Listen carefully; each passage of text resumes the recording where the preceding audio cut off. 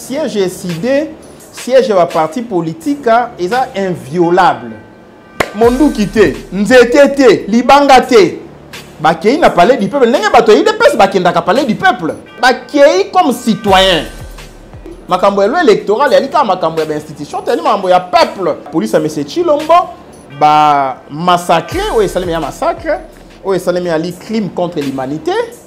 Combattant mo kwa ça na likolo. Moko makile ko bima na tolo musoko bima na mutu mususu na mupandia wana likolo makila bato bazoki ebele police ko kota tina siège tina bureau ako beta babimisi ba baïonnette en plein centre-ville a violenté bato na bana basi. Nous ne pouvons pas accepter maman une loi électorale taillée sur mesure. Ça ce n'est que le début du commencement. Donc, le débat de Sorana M23, est-ce que on a parlement? C'est Chilombo qui fait couler les sangs et il va répondre un jour. Revendiquer son droit, ce n'est pas un crime. Mais Mouto a bombé, il y a petit massage, il est criminel. Pourquoi Chilombo a négocié la M23? Voilà. Aujourd'hui, les décisions congolaises et eux ont na Kenya. Na Kenya, on a signé un accord à M23. Na Kenya, on a signé un mini-sommet. Na Kenya, on a Chilombo a signé l'adhésion de la communauté de l'Afrique de l'Est. Na Kenya ne babandi dialogue lelo na M23. C'est un complot. Le coup la maître nae, ce sont les Tutsis. Pour se venir à Bibiso Rojwa, Rutshuru. Rwanda Rojwa, côté à Nord Kivu. OK, Burundi. Et M. Chilombo était là. À son bangon anglais, à casque. Le problème est à la trahison dans les chefs de Chilombo. Puis qu'il a servir Tutsi pour allouer un deuxième mandat. C'est dialogue politique avec les M23. Ça veut dire M23 a déjà parti politique. À côté de l'union sacrée, à un membre du gouvernement pour votre information. Dialogue politique, c'est quoi? Balouka va infiltrer notre armée, Balouka y a eu des démobilisés, au Baouta Rwanda, Bazongamwe. Rwanda, Ouganda, Burundi, va trouver le régime à Chilombo vraiment et à Mobobé. Je crois que papa Rwanda Lobaki. A qui a pesi Kagame na Museveni buka le pangu ya Congo. A pesi Uhuru Kenyatta. Museveni na Ouganda, na Rwanda, na Kagame, ba fongoli buka le pangu maman. Mais c'est Chilombo, c'est un danger public permanent. Mais éviter tout ça, Chilombo, nini poto comme à niveau. Ça nini. Pour humilier, ils sont à niveau. Il y a une autre déclaration, chef de l'armée terrestre. Il y a Ouganda Lobby, avant prêt à s'installer dans l'Est. Toki Museveni na Chilombo Bandimi. Il y a un famille dans le Congo. Le dindon de la force, c'est Chilombo. Qui pense qu'il peut tout donner au Rwanda en contrepartie à deuxième mandat. Mais en réalité, on a besoin de Félix 5 ans pour qu'on ait 4 ans. Après 5 ans, on a besoin de Félix T. Il faut le lobby attend un jour. On a opéré ça, M. Chilombo T.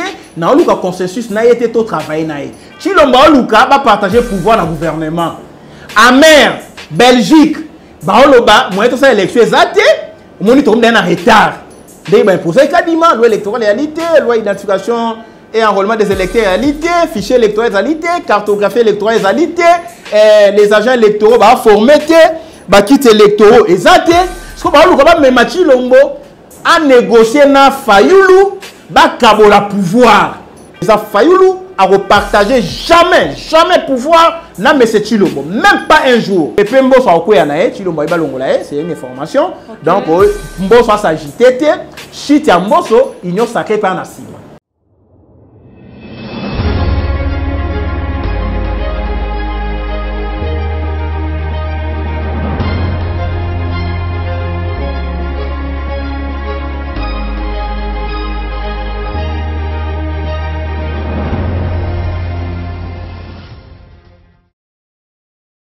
Bandeko Balandi, il y a Plus Clair Télévision, la chaîne des vérités, la chaîne qui vous a toujours informé en temps réel. Mbote Nabino, vous allez belé ba besoin di baku ya kolanda biso mukolo mwalelo, ya kokota biso ya bandako Nabino, na numéro ya émission vérité de tout côté ya sika auto pusani na lumbango pembeni ya mwana mboka Nico Maengele na bengaka esprit éclairé président ya Congo normal pour être tous en réaction na ye na lombangu mingi na banza été pour na baebele bolanda ka Plus Clair Télévision bo siliko mona ba image oyo eutaki kolekana entre la police oyo to bengi ba agent de l'ordre na kati mboka na biso na ba militant ya SID ebele d'entre bango moyen to diffuser to peto balancer ba image raison oyo YouTube alingaka te ke to kota ba image ozali na makila mais kasi affrontement salama ki makasi ebele ba Boukani et Belé Bazouki et Belé Bazali ya kokangama pour na matali loi électorale to kolobela ngona kati émission na biso mukolo mwalelo to kolobela réunion to pe sommet o ezali ko sala mabongo na ngambu ya Nairobi ezali na accord des jeux ezali ko sala entre mboka na biso République démocratique du Congo na ba groupe rebelle. Qu'est-ce qui se passe? Nini oyo Félix Antoine Tshilombo Tshisekedi azali ko kamba mboka oyo alingi asala finalement na mboka na biso République démocratique du Congo to kozwa yano ya mwana mboka Nico Mayengele mais aussi dialogue oyo ezali déjà ko sengama to monaki bandeko ya SCC ya 5O ko pousa na pembeni ya Mboso Kodia ko pousa na pembeni ya Bahati en même temps to moni ambassadeur ya États-Unis na Kombo ya Mike Amer to moni représentant ya Union africaine ya SADC bato belé bazali ko tambola pona ko solola masolo to pe ko solola matali dialogue ba ko benga ngo balai diplomatique to ko zwa réaction mwana mboka Nico Mayengele. Sans plus tarder, pour que vous en pembeni na ye invité na biso mukolo mwalelo. Merci na Joël Gonabo, chasseur d'image aujourd'hui si ma caméra mon mboka Nico Mayengele mbote na yo. Mbote maman Joël Kombe mbote na bayi Kongo nyonso baolanda biso na mikili ya poto pe na kati ya mboka. L'air est grave. Merci na ndenge oyeyi susu komona ngai pendant que on arrive vraiment en pleine rédaction à notre plaidoirie, mais on a suspendre en haut pour raison d'état. Tout solo la na yoka puis mokilié yeba o yeso ko sala masiko na Congo. Merci. Voilà. Mokilié yoka yeba o ezali ko sala masiko na Congo. Siko na Congo maître Nico Mayengele ndenge to ko solo la na yo boye. Na yebite to benga ngo massacre, to benga ngo affrontement, to benga ngo tuerie, to benga ngo nini ya maikani entre ba militants ya SID o bazali bongo ba congolais bazali na droit ya ko manifester o wapi to moni la police ba ye kino na siège ya SID pour na ko réprimer bango. Ah, merci beaucoup mon mboka, merci maman Joël, nazo saluer patriotisme na yo. Vous allez toujours au téléma soko yo kike Congolais gangi au téléma ko yeba ezanini. Ndenge mona tongo ya lelo ezali une action spontanée muto a planifié en côté et ça siège SID siège wa parti politique et ça inviolable ozolanda et ça place oyo pour nous soko kota tabeta masasi parce que ba parti politique ya li place oyo bazo sala éveil à conscience formation élite donc et ça supposé bato ba kendaka ngonga nyonso. Ndenge pe d'habitude na siège national SID où ezali na place triomphale en face ya stade de martyrs en diagonale na palais du peuple donc eza e place moko eza déjà ya kobombate et puis bato bayaka bato bakotaka babimaka lelo ba jeune ba na tongo ndenge ezalaka na kati ya siège ya parti politique obetaka masolo politique na kati ya ciné obeta masolo ya cinéma. Alors, bako beta masolo ya parti politique. Actualité ali complot au évalué électoral, au Mboso na monsieur Tshilombo il va imposer notre peuple. Masolo betami mi balé mi sato 10, 15, une dizaine. Non. Comme parlement ali parler du peuple. To comme on a parlement, to yo kama kamba au salema ndengeni. C'était ça. Ba yi Kongomani mondu kité, nzetete, libanga te.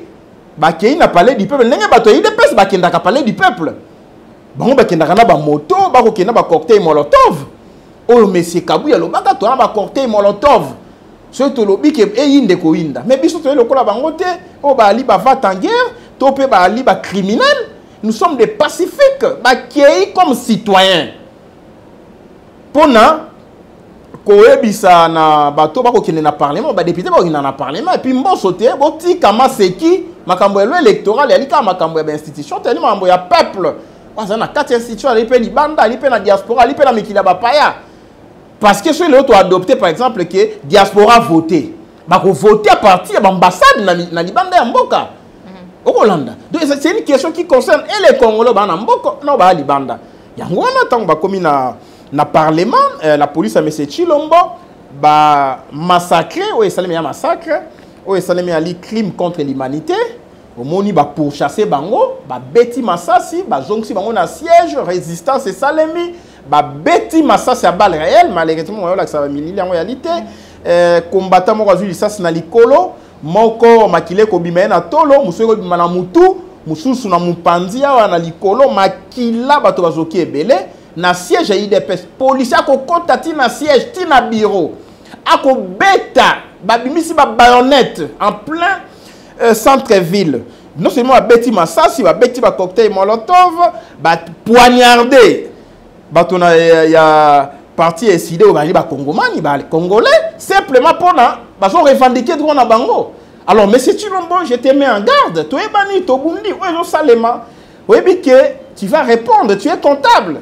Parce que trop c'est trop. Nous avons compris, monsieur Tshilombo. On va pas que ça puisse sauter.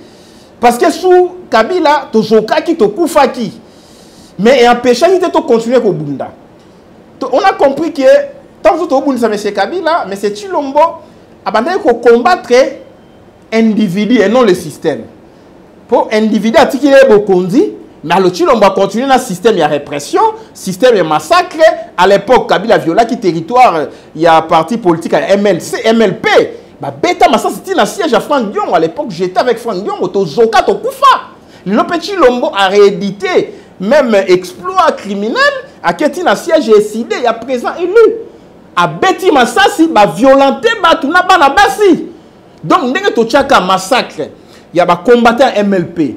Oh, bah, koufa na siège, bah, tumba, bah, tu as eu des presses na limité. Vous voyez, bah, à l'époque, en 2016, na septembre, décembre, le lope, mais c'est Tshilombo, a bêti massa, si bah, pour l'ousunae, bah, tu vas zoki na siège, il des presses. N'engue tu na siège, MSID. N'engue tu l'obaki, bah, soda à Kabila, bah, bomaki, tu l'obapé, le bah, soda, Tshilombo, bah, bomi. Oh, bah, Ewana, on a identifié. Il y a des gens, les informations à ma possession, qui sont acquis na parti au pouvoir. Donc, mouton a de la haine contre Fayulu. Vous pessiez pour tenir la police. Vous pessiez Mondouki. Alors, ça la répression, na moto yo, y a l'ingakate. C'est une intention criminelle. Parce que haine, ça t'a dit rage, hein. Vous sentir vraiment que neti ngani koma yengene. Na commis policier avec un Mondouki qui est réprimé, bato à Kabila. Vous comprenez? Alors, il y a beaucoup de policiers qu'on a recrutés comme ça.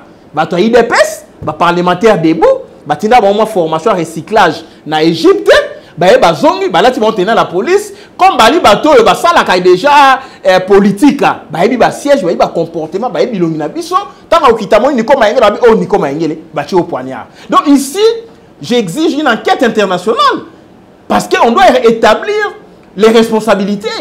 Ici, vous sentez une politique policière, où ils ont défini quelque part. C'est une politique criminelle. Malgré ça, moi, Namboka, Nico Maengele, Langonga, Oyo, Toko Solo, la loi électorale, wana, ils allaient qu'on allait adopter. Pourquoi pas que ça, la bâtion, l'olenge Oyo, avant, bien que déjà, vous proposez qu'il plusieurs fois, n'a pas forme dans l'onion, mais il m'a dit c'est ni loi électorale. Non, loi électorale, ils ont adopté. Bazali, la plénière, hein, plénière concernant Yango. Oui, très bien que loi électorale a tabo adopté le peuple à yango parce que to bo yango déjà. Nous ne pouvons pas accepter maman. Une loi électorale taillée sur mesure. Vous avez monsieur Tshilombo basali loi électorale na costume naie pour que ba imposer biso un pouvoir. Alors biso to yebi. Nous savons comment nous devons contester le pouvoir. Nous savons comment nous devons contester ces manœuvres. Oh, bango bazo ko manigancer. Nous sommes au courant de tout. Puisque nous sommes au courant de tout, ça ce n'est que le début du commencement. Donc Tobandi c'est le début du commencement. Nous savons ce que oh bazo sala et puis to kende wapi.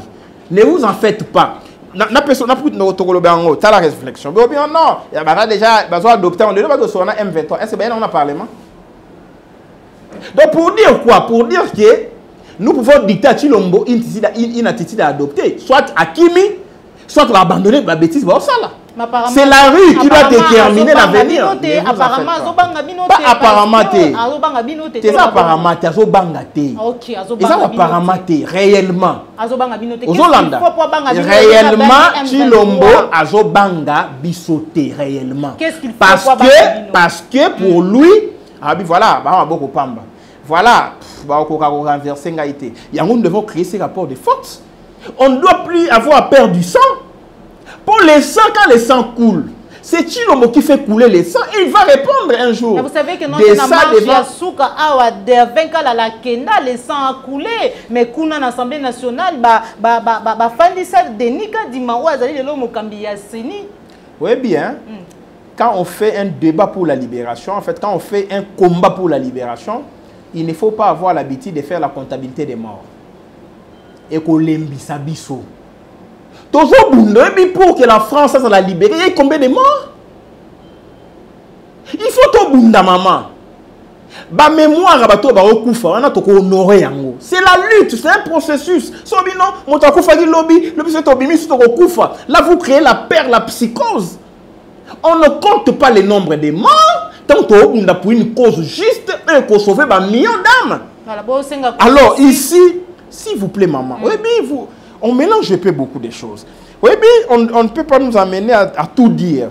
Tu es bien, mais c'est Kalombo, mais c'est Tshilombo. Ah non. Non, Tshilombo, Tshilolo, c'est la même personne. Oui, bien, le président Fayoulou, la Mouka va prouver suffisamment bonne foi dans le monde entier. La Mouka a tout proposé.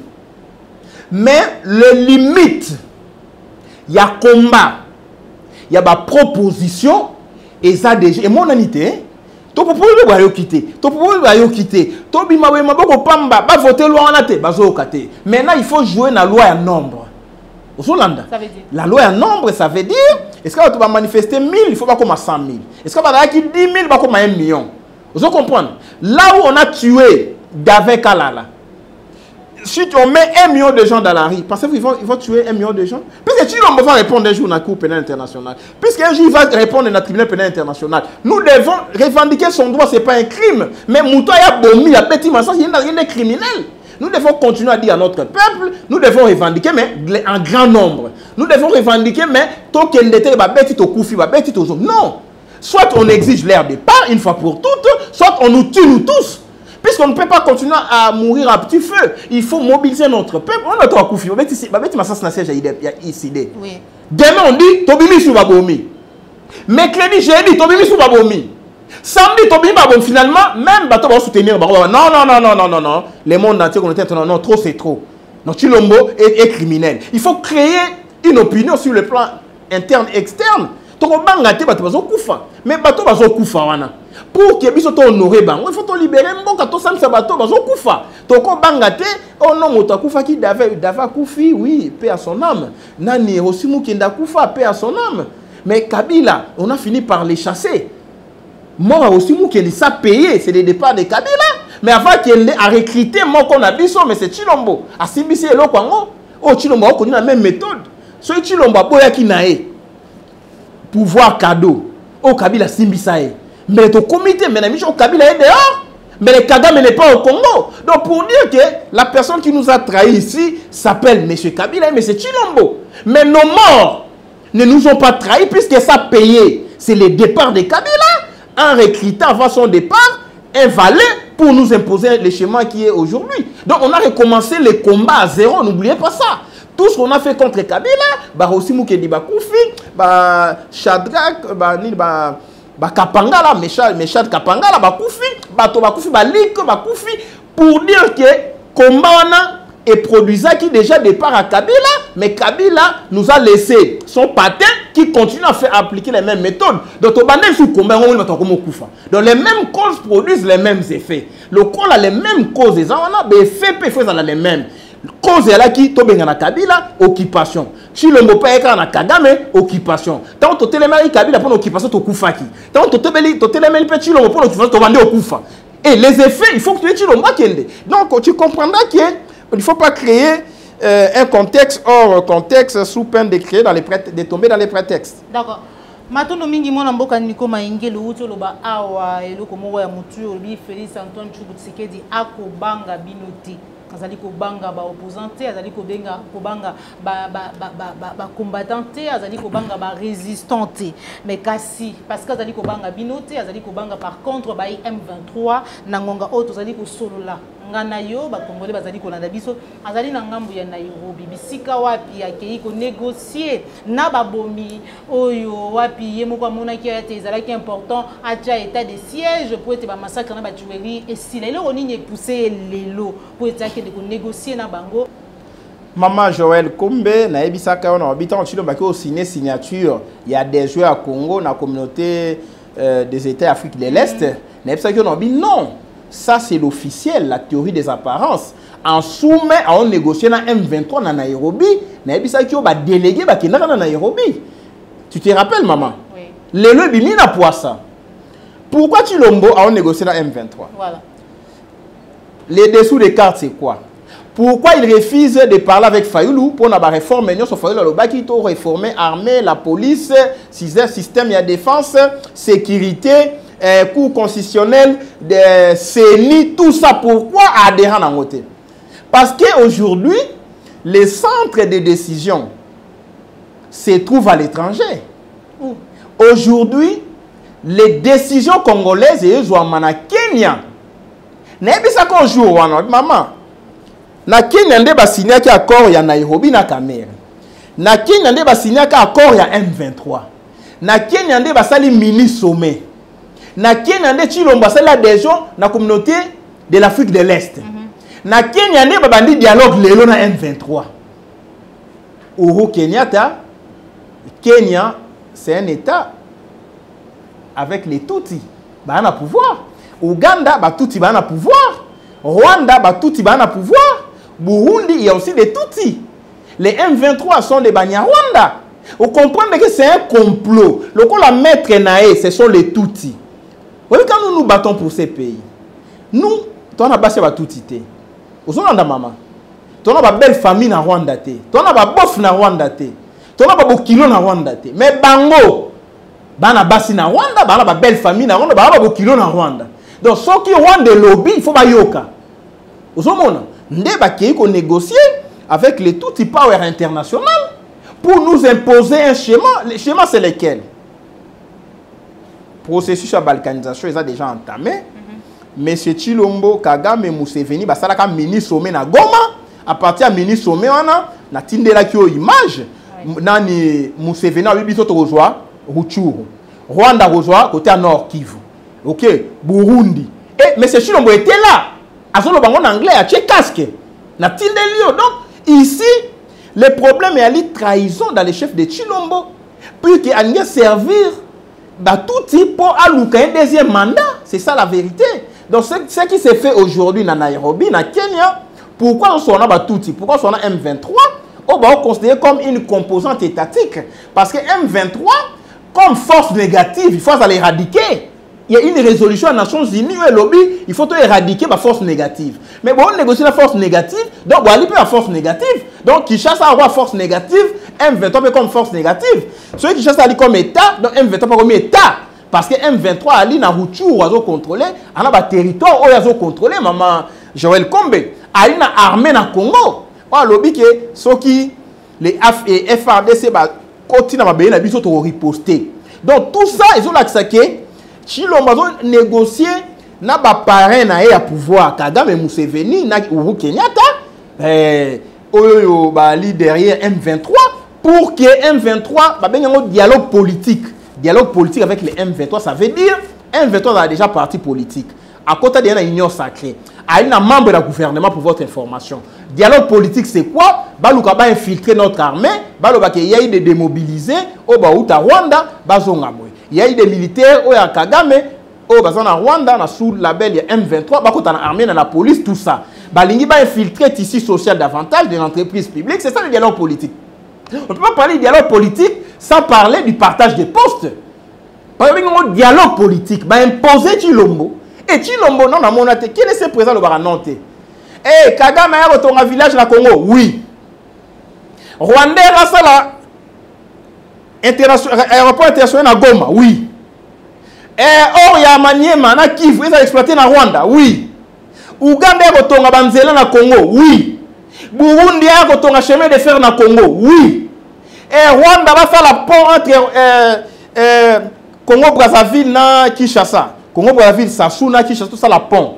nini oyebi nzela ya pont route rail oui notre sali aéroport nini port à banana te et non il faut ba réfugié ba uta Grande-Bretagne ba kita na Rwanda qui n'a pas d'espace biso tobi non ça ne nous concerne pas oui alors que c'est une menace donc ici mais c'est Tshilombo nde tolobara na lingala ya armée Rwanda Uganda Burundi ba trouver régime à Tshilombo vraiment ya ba mobobe oui mobobe te ba mobobe ba bi oh Congo pourquoi aussi mobobe to matela Congo dans zolo donc mais c'est Tshilombo je donne raison à Papa Ngwanda il continue à négocier aujourd'hui avec M23 azobanga bisote parce que pouvoir na utaki kuna voilà et ici 30 secondes les dangers c'est quoi maman les dangers c'est que maintenant simplifier le langage va considérer Tshilombo comme ennemi à Congo na Kagame Tshilombo pourquoi ennemi azo kwa nde Papa Ngwanda lobaki nalandi même raisonnement ya moninga mo na chaîne na yo Papa Ngwanda lobi moto azui buka lopango ke na pas voisin il faut les plaquer au sol oui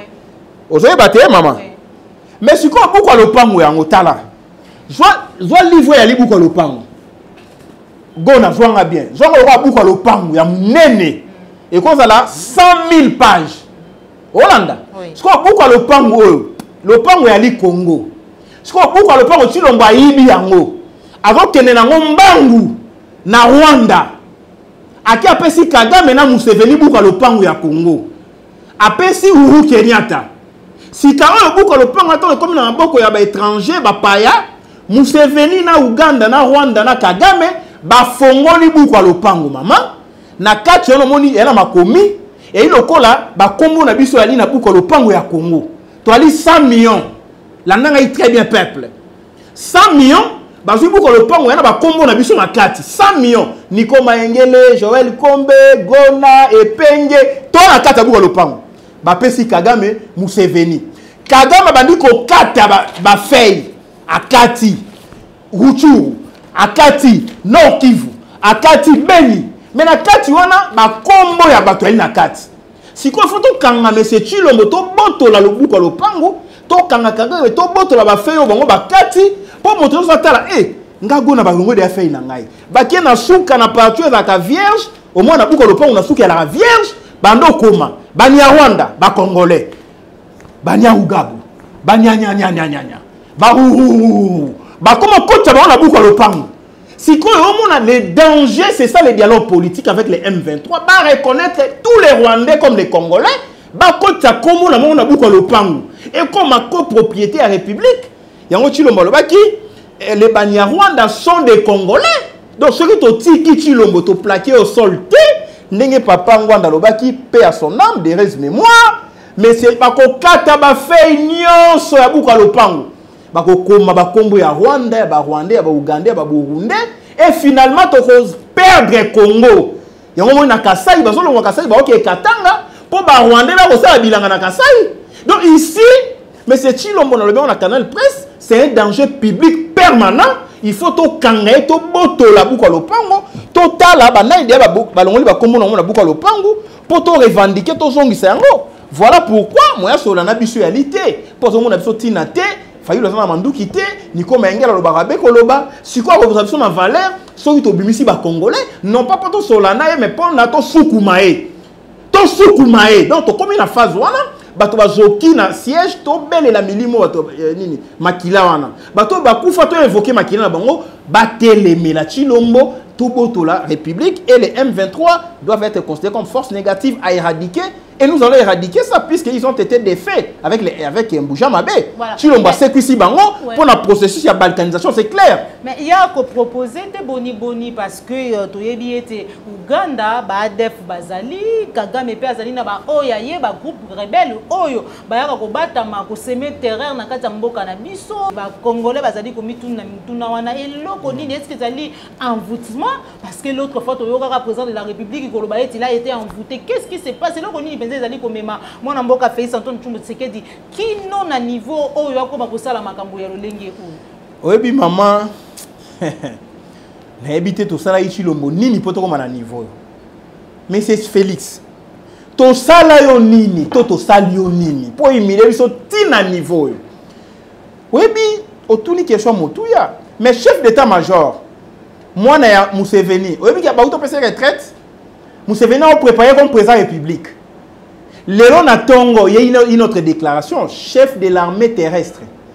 Il y a Ouganda Lobby, a prêt à s'installer dans l'Est. Ce qui Museveni na Chilombo Bandimi. Il y a un famille dans le Congo. Donc, neti tango fort na bango. Chef de la force terrestre. Azo a fait dans le Congo, à s'installer dans le Congo. Est-ce que vous trouvez ça normal? Il y a tout le Chilombo to salio nini. Poto comme un niveau oyoyo. Rwanda considéré Congo comme abelé nae, Ouganda Burundi. Alors que Tobunda qui n'a pas qui baba agresseur, yo comme si on bat Congolais coup de chapeau. Mais ici, nous disons dans Rwanda, Ouganda, Burundi, on peut tout obtenir dans Chilombo. Puis c'est un autre histoire qui a eu le deuxième mandat. Mikolo Zoya, j'en révélé un fait, il y aura une paix de façade. Hollanda, tant où coalition ane kokota na Congo ba benga coalition Rwando, Ugando, Burundo, Kenyan na ba Kenya pe ba Kenya ba ali ba zo na Congo. Tango ba koya na Congo, ba bi ba déployer ba na est. Donc c'est un état sans état. Et comme c'est une zone 100 mètres sous contrôle, il y a communauté sous-régionale. Maintenant, ba ko ça la paix semblable de paix. Ba ko imposer moi paix mo ko lokuta ba c'est un veto ko beta ma cité. Ben si les groupes armés, les FDLR, les ADF, il a fallu négocier les pays. Mais dans le cas, il faut que ADF fasse un sous-souté. Et les groupes armés à Ouganda pour déstabiliser les Congo. ADF a mettre la licence dans Ouganda. Donc, moi, je imposer un dialogue. Ouganda, ADF n'a pas été. Parce qu'il y a une fabrication à Museveni. Belzéboul ne peut pas combattre un autre Belzéboul. FDLR, il y a une fabrication à Kagame. Qui n'attaque pas les Rwandais. Moi, je imposé un dialogue et à té. Ngana zio maman Joël na bio kene na ngambo wana. Ça la neti ou ennemi na ngai mais to contrôler Congo. C'est ça les FDLR.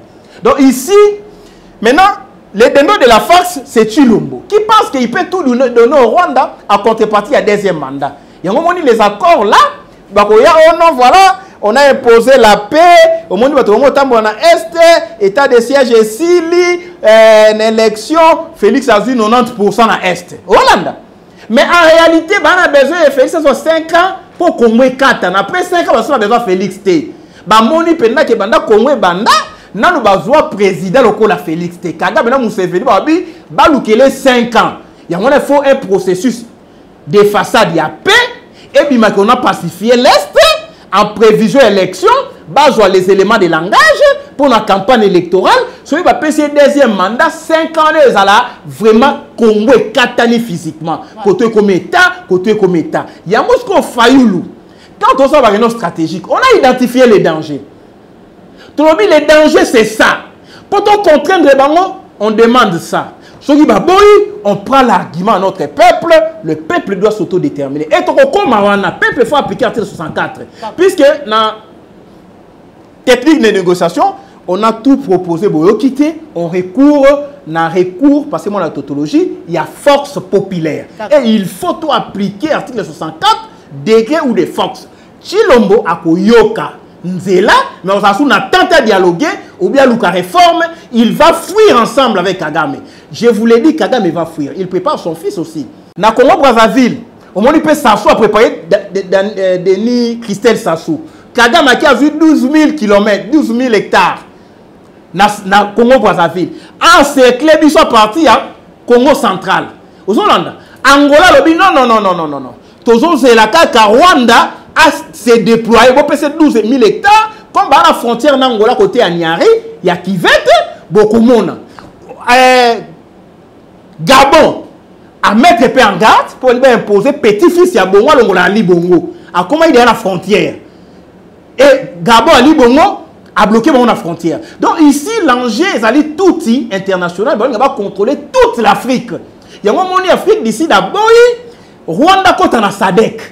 Mais Chilombo a kate, nyonso, quand on a SADC à côté, quand on a CACC, pardon, CAA à côté, quand on a na zone de libre-échange à côté. Donc il y a du côté à côté. Si un de côté la chambre à Kagame, chambre à Museveni, à Tikali Kuna Libela Bakangeli comme prisonnier.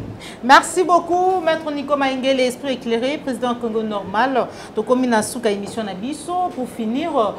dialogue. Moni bayi 5 bayi SCC kokende kokutana na Mbosoko dio azali bongo mokambi ya Assemblée nationale pe na baati o azali kokamba seni o azali kokamba Sénat bazali kosenga toujours consensus. Maintenant lisolo ya consensus o ebele e batu bako bayete ezali dialogue nde kosenga na CNC parce que déjà to komona bandita mère kotambola représentant ya SADC représentant ya Union africaine ambassade ya France pe ya Belgique bango nous bazali kokutana na Mboso pe na Mboso na baati mukwe. Ambassade des États-Unis a moni que danger ali, Belgique a moni danger ali, parce que pour nous la question électorale c'est une question de vie ou de mort. Le peuple, même pour déclencher phase de finale à la libération à Congo, c'est la question électorale. Qui mobilise notre peuple? C'est la question d'occupation rwando-ougando-burundaise. Nous avons des thématiques qui vont mobiliser notre peuple. Voilà pourquoi on s'y accroche.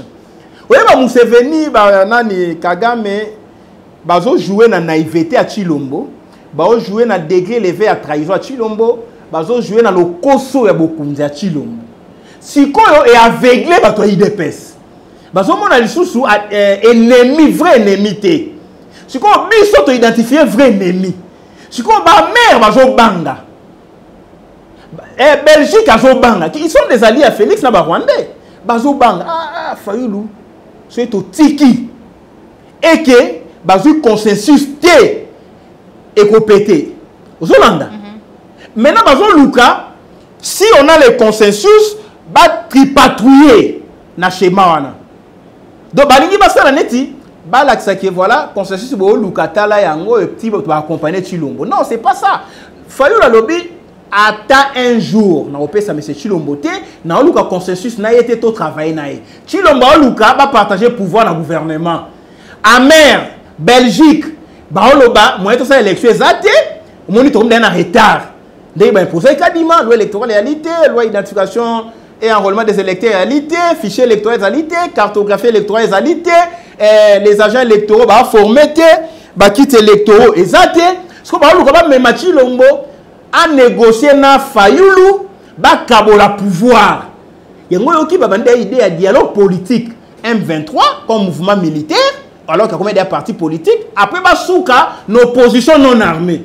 Vous avez un schéma M23 les militaires dialogue politique ba le ba société civile après position non armée pourtant kende wapi Chilombo c'est élection en 2025 mais le président Fayulu dit non puisque question électorale ndeko bengana Chilombo. Réforme, CENI, cours constitutionnel, on a une loi électorale, tout ça, tout revoir, tout ça, élection dans les délais, il y a possibilité. C'est au couplé l'opération, de sorte que comme tu l'as bilanté, comme tu l'as qui est, tous les peuples ils ont sous souté. Laissez-nous comprendre. Okay. Comme ça, question électorale, comme une question de la libération à Congo. Né à mer à Télémi au Banga. Belgique à Télémi au Banga. Kagame a imposé dialogue avec les M23 pour imposer maintenant avec les politiques. Et le président Fayulu, alors bien, ça prêté à dialoguer na Chilombo pour ne pas partager le pouvoir. Ça, c'est la dernière réunion que nous avions tenue avec le président. Jamais à partager le pouvoir na Chilombo. La position officielle. Il n'y a pas de dialogue. Il y a la Mouka. Je vous parle comme l'un des premiers collaborateurs du président Fayulu. Et PNP vous répétez la même chose. Et les autres. Position officielle. La Mouka, président Fayulu, a repartagé jamais pouvoir na M. Chilombo. Même pas un jour. Oh, Fayulu, quand on a le gouvernement, Nico Maengele, ministre, Tokoyate. Oh non, bon, ça va être plus public, Tokoyate. Nous, notre question, c'est de battre M. Chilombo. Parce que, on dit Kabila, Azaki n'a tout mis secret, Azaki n'a Chadar. Mais pour le moment, Chadar était, toi, tu vas battre. Aux Hollandais, les autres Chilombo n'a Chadar n'a été en opposition. Azate. Donc, tu as mis faiblesse à Kabila, tu as mis faiblesse à Chilombo. Notre peuple à lobby a revendiqué libération dans la question électorale. Soit au salle l'élection au Benganio, soit au boy au salle l'élection au Benganio. Donc, des deux choses l'une. Mais la conclusion est la même. C'est la fin du régime de Chilombo. Donc, tant qu'on a une question électorale, tu as un centre. Réforme, tu as Séni ou à reproclamer moto. À Kolonga, tu yebi. Bureau de vote par bureau de vote, tu yebi. Consensus autour de l'institution, tu as besoin de pouvoir na binoté. Tu as besoin, Kadima Zalawanate, Kalouba azala wana te to tcha bato ba ali réellement neutre toke na vote ba publier résultat na bureau de vote local 12 cabinet Nico Mayengele ba tche maman Chantal Moboni 100 voix maman Joël Kombe 1000 voix bureau proclamé ba résultat na ye laissez-vous comprendre chaque bureau proclamé yeb ça ba autricher comment soki ba boy chez wana to proclamer départ à Chilombo dans la rue puisque celle qui est sûr qu'il y a des millions de gens dans Zéla. Je dévoile une partie. Il y a des marches. Il faut comprendre. Donc ici, dire que la réforme et la cité qui est Tofandi, Fayoulou, vice-premier ministre, vice-président République, Mouzito, Ouazola pouvoir. Oh non, premier ministre, non. Oh non, Epenge. Yokende ministre, c'est son thé. Fandana pouvoir au Ibaki, mandat no Sili. To proclamer processus net et transparent, to battre. Si tu vas proclamer, tu benga nous dans là. Si tu vas proclamer, tu négocies ton exil. Donc ici, président Fayulu Abi boye bisamo kili. Na ko négocier na Chilombo te to kabola pouvoir, na ko glisser na Chilombo te. Adversaire à Chilombo, c'est le chômage. Adversaire à Chilombo, c'est l'insécurité à l'est. Adversaire à Chilombo, ce sont les massacres. Oh, il y a commettre les na ba siège à parti politique na biso. Adversaire à Chilombo, ba or après si Rwanda a exploité. Adversaire à Chilombo, c'est le million de morts. Au Kagana Boma, il y a commissaire Moussantou. Yebi sanga na contexte wana. Attaché Moisi, attaché Moana, attaché Kokolo Kokoina Seni. Il va donner comment? Donc ici to yebi, il y a une élection. Il y a un Luka, attabiso de faire fait accompli. Voilà, balobi réforme, Pepe Mboso akoya nae, Chilombo ibalongolae, c'est une information. Okay. Donc Mboso s'agité, chit ya Mboso, union sacrée par Nassima. Au de Molière alobi, papa Molière alobi, to créer une nouvelle majorité, Mboso a parti au passé. Donc monsieur Mboso, la mouka adversaire na yote. Oyebi nene okoma ki na Chilombo ana schéma nae. Soit amoni to bloquer le cas dissoudre le même parlement, a créé crise entre parlement et gouvernement, à dissoudre. Comme ça qu'il y a un dialogue, glissement. Ce qu'on peut faire, nous avons mis schéma Chilombo na poissa. Réforme, oui. Glissement, non. Réforme dans le Parlement, non. Et en dehors des institutions, oui. Mais avec comme condition, 2023, Chilombo, départ les assignés. Soit na Kimia, soit par la rue. Merci beaucoup, mon amboka Nico Mayengele, l'esprit éclairé, président Congo normal pour na opesa biso ngonga kosolana au mukolo mwalelo. Mitune zalaki ya biso biyane zalaki bongo ya mon amboka Nico Mayengele. Merci na Joël Gonago, chasseur d'images aux hommes qui sima caméra. Merci na papa Laurent Bo, papa Laurent Bongonza Félix Mbatika Moma Boko Bank, sans oublier Christian Bopate, les référendums Jean Bébé West, Mekasi Yambo. Toka bonana bino, tokuzong sa malobe pa ya mon amboka Nico Mayengele, président Congo normal pour taper sa biso numéro ya téléphone pour na baye ba ko sepela ko kota na ya contact pe message na ye ya souka rapport na émission na biso mokolo mwalelo na mokusi. Merci maman Joël, mon hilaire est grave. Le président Fayulu alors bi que non to continue la dernière zone il y a turbulence, nous devons serrer nos ceintures puisque les pires en termes de répression, je vois sous makasi to ko bangate. Mais ce qui importe, c'est le départ à Chilombo. Oui, tu vas comprendre le message de la fin. Dans Chilombo, il y a moto à Kutaki, Congo, Congo et Kobe, Mbasu. Moni Mbasu, Kagama, Boakeli Biso Mbasu. Likolo Vimbi, Tofina, tu vas dire le colo a fait au Kateyango. Si tu Chilombo, la solution qui est pas Kagame, ou à Boakeli Biso Mbasu. Après, il dit non, voilà, on a la ligne Mbassou ici, là, toute la solution. Il y a Ebosani qui c'est Kagame qui est à la base. Donc, Mbassou va amputer l'Ikolo, va Kata Est. On ne peut pas trouver solution et pas Mouton aller au terre. Donc, Chilombo a trahi la République, sa place est en prison, autour de mon canal presse, et a s'est quitté. Oiseau, ça, là, quand il s'attend qu'on soit deuxième mandat. A sacrifié Est, comme ça va payer ses deuxième mandat. Donc, prendre le deuxième mandat et mourir. C'est ça son problème. Alors, mais c'est Chilombo, il faut faire très attention. Il faut faire très attention. Dans le dernier jour, même si il va abandonner. Mouzé a tout donné à Kagame. Chef MG, chef d'état-major général, ministère des Affaires étrangères, directeur du cabinet, défense et sécurité, mais Nasuka Kagame a signé Mabele. Tant que M. Kabila a dit non, je ne vais pas Baboumaï. Donc, il n'y a pas quelqu'un qui peut protéger plus que les Congolais. Donc, si on veut trahir Congo, hein, pour na Kagame, na souka film, mais Kagame a relié yo. Mais si on sali au fayu la ebisio, peut-être un jour, tu ressembles avec les circonstances atténuantes. Tu as allégé peine na yo, la place tu exécuté publiquement la peine de mort, au cours de ta prison à vie. Il y a circonstances atténuantes. Mais si on s'entêter, on a Kagame, tu n'auras que tes yeux pour pleurer. Et ça sera trop tard. Mon numéro de la fin est Ali, mon numéro de téléphone est Ali, plus 243 84 84 86 177. Plus 243 84 84 86 177.